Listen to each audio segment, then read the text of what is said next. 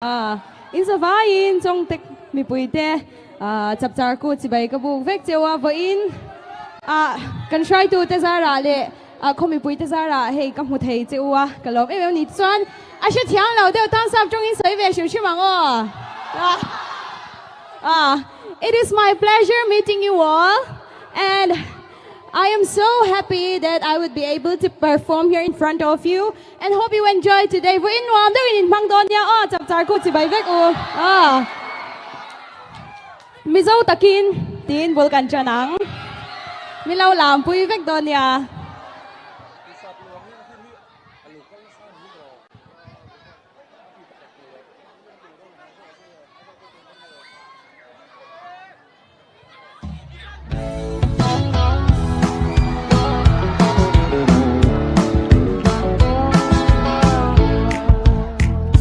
Ô dấu răng khăn này chun o bơi bờ mình tiếc thia và xoắn đôi ngol chỉ về rồi thay tuổi bar vừa lại buồn chỉ về nhà rồi khi ngoài ngoài chúng sông đi khuấy làm má rắm hum hà